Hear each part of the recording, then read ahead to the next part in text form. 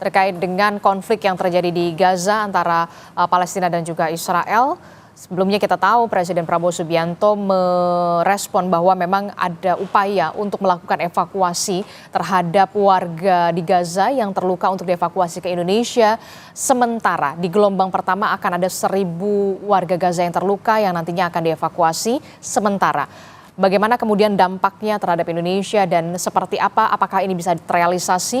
Kita masih membahasnya dengan Mbak Dina, kemudian juga dari DPR juga ada Pak Sukamta. Mbak Dina dan juga Pak Sukamta, saya membaca di Harian Kompas ini soal Gaza dan juga Palestina termasuk juga Israel di halaman 4 soal upaya bersama demi Gaza perlu didorong begitu ya.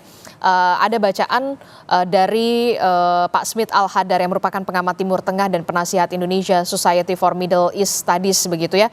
Jika ingin memindahkan warga Palestina untuk sementara waktu, Mesir bisa menjadi jawabannya.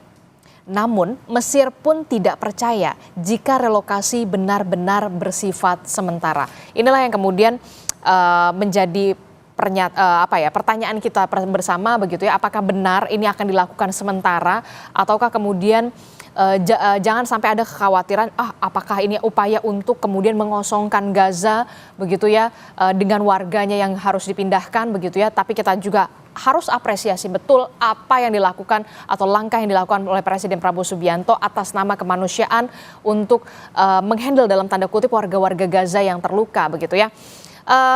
Saya ke Mbak Dina dulu, Pak Sukamta. Kalau memang ini terrealisasi begitu ya, warga Gaza ini kan punya kewarganegaraan. Ketika dievakuasi begitu ya ke Indonesia, statusnya akan seperti apa dan aturan internasional seperti apa? Benarkah ini bisa terrealisasi atau ada syarat dulu yang harus ditempuh oleh Indonesia sebelum nantinya niatan ini benar-benar terrealisasi, Mbak Dina?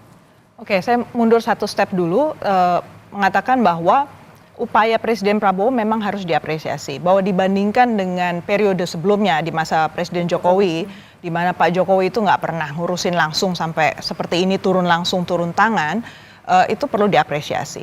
Tapi Bapak, kita tidak perlu terburu-buru. Karena sejumlah aktor yang bermain di Timur Tengah itu selalu membaca situasi dengan lengkap dulu dan mereka itu bisa dilibatkan dalam proses damai karena mereka sudah puluhan tahun terlibat dan punya tadi akses-akses yang kok belum dibahas justru di sini ya. Tadi soal aliran dana untuk Hamas, aliran dana untuk Fatah. Karena pada akhirnya kita kan ingin Palestina kuat. Dan Palestina itu lagi terpecah nih antara Fatah dengan Hamas dan kelompok-kelompok lain. Jadi bukankah sangat baik karena kita sudah sangat dekat dengan Palestina dibandingkan kita dengan Israel, itu dulu yang kita rapikan, kita bereskan karena Palestina lagi rentan ini. Berhadapan dengan pressure dari Amerika Serikat yang sudah mencabut UNRWA, sudah mencabut kantor di New York untuk Palestinian Authority, udah bikin segala macam hal, bikin dia bingung lah si Palestinian Authority. Harusnya kan kita di sana untuk mereka. Dan kalau soal teknisnya, memang kalau kita bawa orang keluar dari negaranya itu statusnya udah displacement ya, udah melepaskan dia dari tempat di mana harusnya dia berada. Dan itu statusnya sudah refugees. Jadi nggak bisa sekedar bukan turis gitu loh untuk turis medical gitu ya, berangkat ke Indonesia lalu sudah beres pulang lagi. Nggak seperti itu statusnya. Karena ini orang-orang yang dipersekusi di negaranya, bahkan tidak punya housing, tidak punya rumah, tidak punya pendidikan, tidak punya pekerjaan di daerahnya masing-masing. Jadi konsultasinya pertama-tama tentu harus dengan UNHCR ya. UNHCR, lembaga untuk penanganan pengungsi. Dan untuk menetapkan seseorang itu statusnya pengungsi, itu harus ada proses seleksi juga oleh si UNHCR itu. Dan dari pihak Indonesia juga akan dilihat apa saja yang akan disediakan selama orang itu berada di Indonesia.